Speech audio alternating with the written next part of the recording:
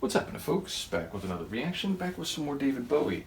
And thank you again to Judith for sending these. We're getting near the end of his 1967 self-titled album, though as I keep saying, we're working from a selected/incomplete playlist, meaning there's some other versions of this album out there that have 2 or 3 more tracks.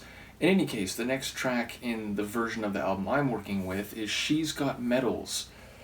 Medals or medallions, they're given in celebration or commemoration or appreciation of some measure of achievement, mastery, or accomplishment. So they're about recognition, they're about commemorating in a physical artifact.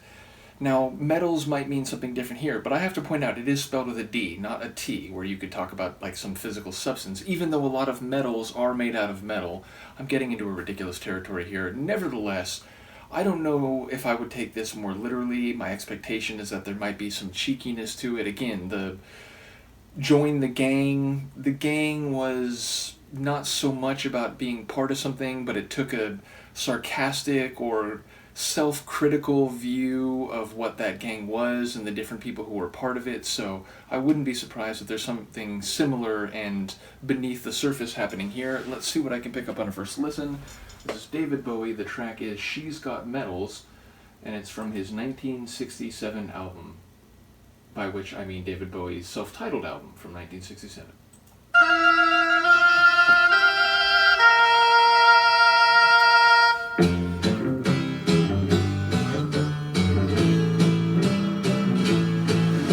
She walked Bass. through the door and she'd set up the drinks on the house. That's inconvenient. She played a good game of darts, and the men slapped her back and never took her out. She wore a trench coat khaki, her hobnail boots were full of holes.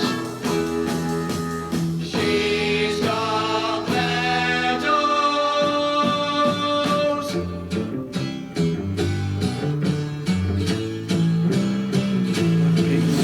Her mother called her Mary, but she changed her name to Tommy. She's a one. Oh. She went and joined the army, passed the medical. Don't ask me how it's done. They sent her to the front line, fighting for her country's name. She's got medals. She got very tired of picking up girls, cleaning her gun and shaving her curls. Then the enemy dropped a bomb. Survivors there were none.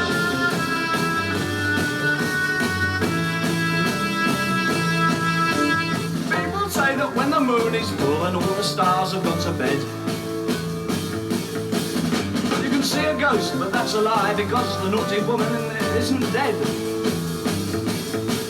She deserted on the previous morning, replaced her uniform with dresses, silk and green. Called herself Eileen, came to London town. Now she's settled down. She's got medals.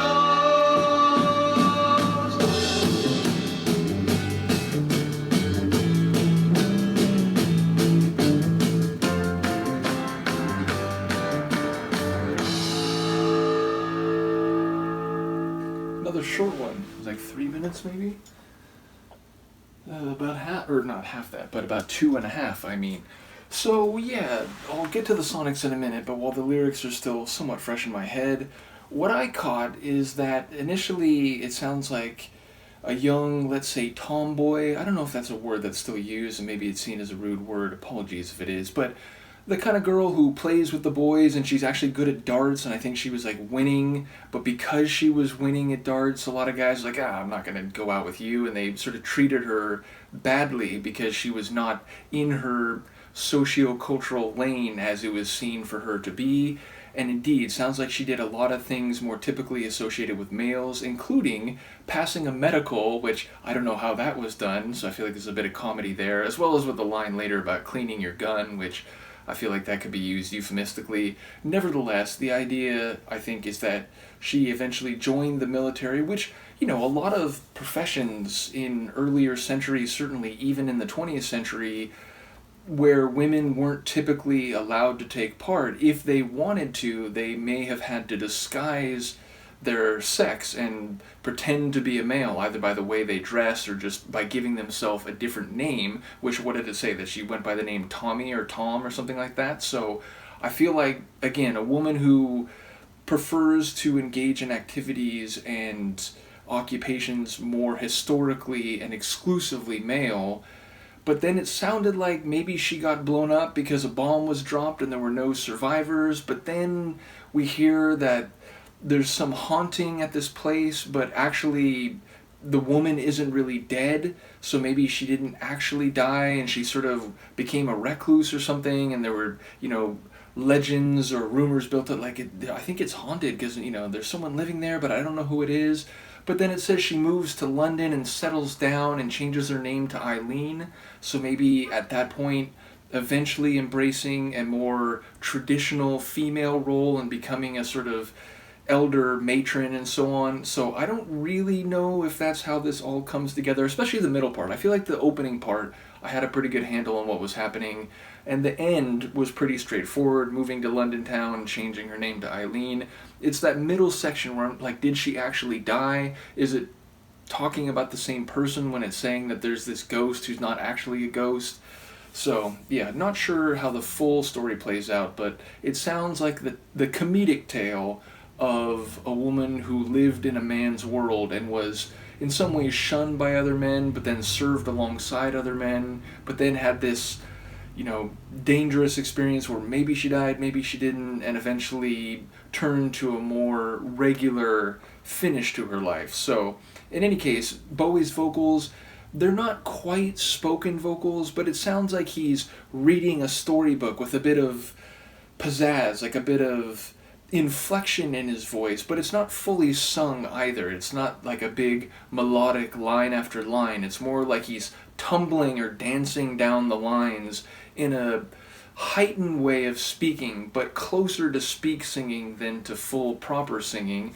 And again, the way he delivers some of the lines, there's definitely some cheek and some comedy there.